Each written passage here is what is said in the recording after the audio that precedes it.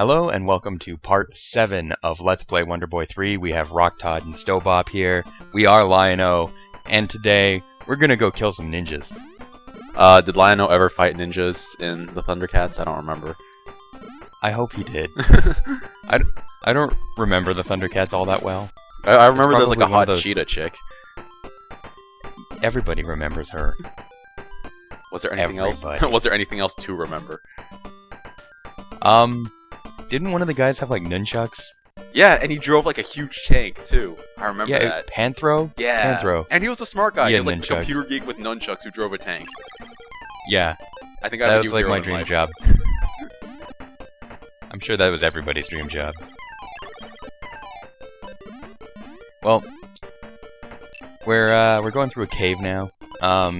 I guess it's a cave. There's red rocks. A little bit later, there's blue rocks. I don't know what kind of cave this is. I don't know who built this. Well, caves aren't built by definition. They are natural pieces of terrain. But you can... Well, what about, like, when you mine for coal? Those are mine shafts, not caves. Perhaps this is a mine shaft. Okay, we're in a mine shaft, and we're mining red and blue rocks. Yeah. For jewelry. Must be for jewelry. Must be for jewelry. We're mining blood diamonds. This is a very socially conscious game. Yeah, we're actually killing all the miners of blood diamonds, so this is actually a anti-blood diamond game. That's what this whole game's about. Here's a ghost of one of the miners that have died. And I put him to rest. I say that his last rites, and he finally gets to pass on to the other side. Yeah, what you did not know about this game is that Wonder Boy is actually an ordained priest.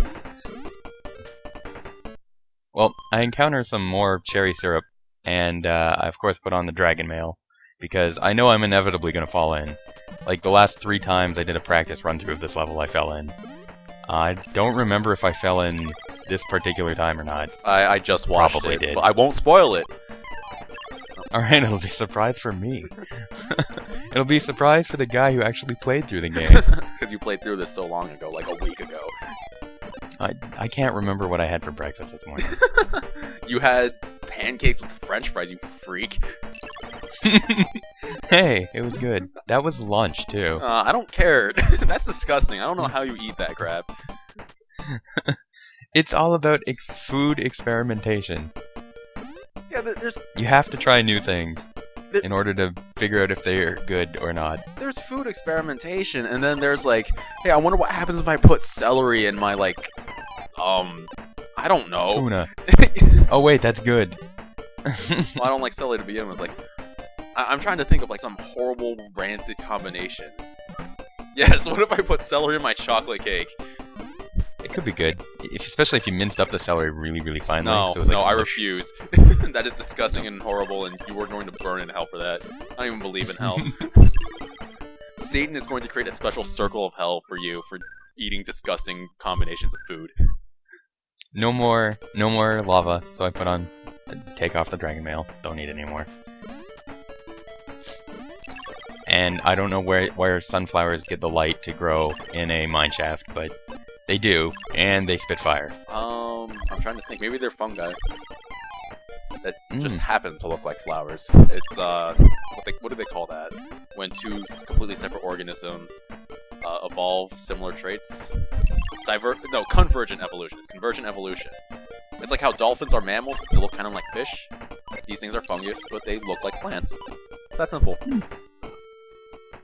Here is where I show you one of the many little invisible secret rooms. In this one, there's a Tasmanian sword.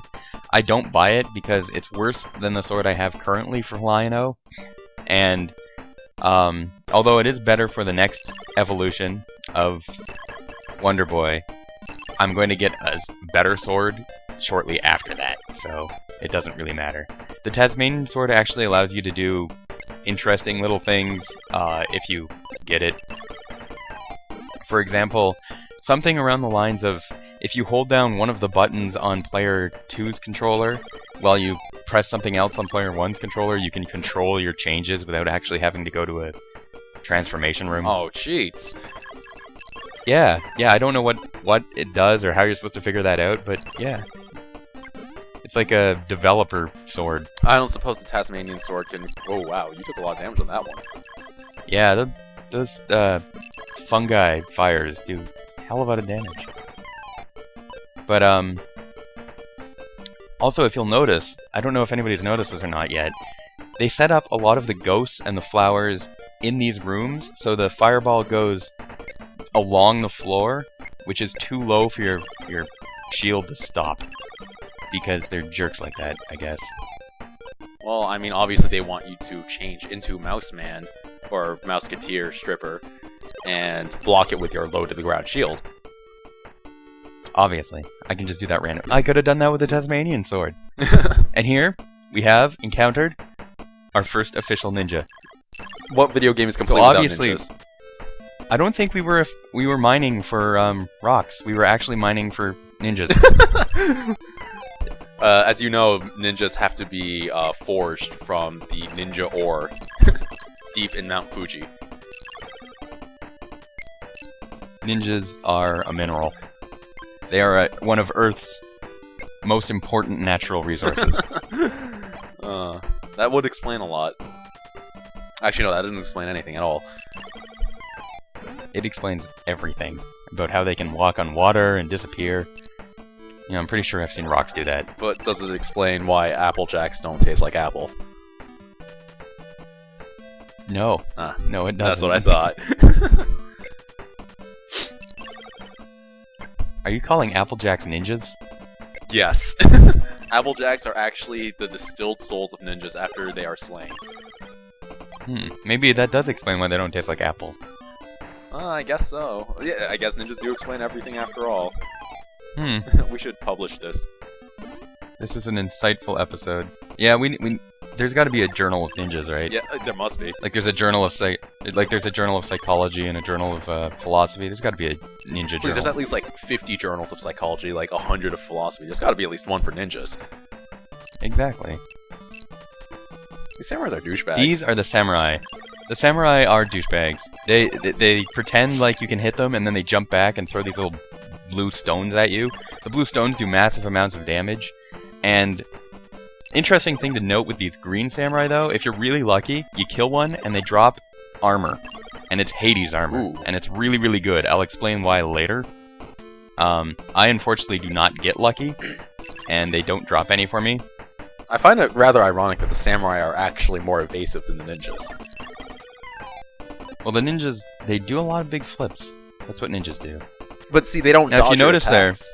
if you notice there, again, the game lifted the ninja just high enough so that the shuriken would not hit my shield if I stood still, so I have to jump and block it. And then they're even more jerks, and they put ninjas and samurai together.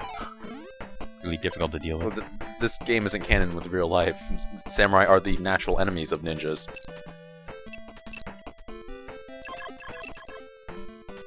And, of course, in addition to the samurai and ninjas, there are those ever-present, slowly moving blocks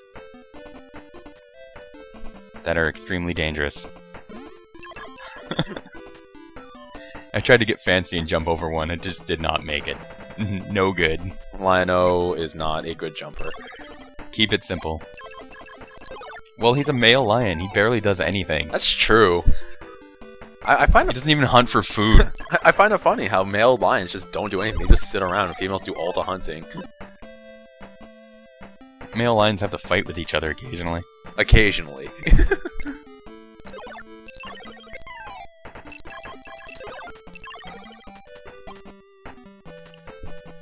You know, this level isn't as exciting as a lot of the other levels. And I have to say, when we see the boss, the final boss of this particular section, he's probably one of my least favorite designed bosses. Like, compared to all the other, like, really awesome dragons that we've come up against, the mummy dragon, and especially the pirate dragon. I love the pirate dragon. This guy's just, like, poorly designed. He doesn't look good at all. I'm going to wait. I think I can guess what it's going to be, but I don't want to spoil it in case people aren't bright enough.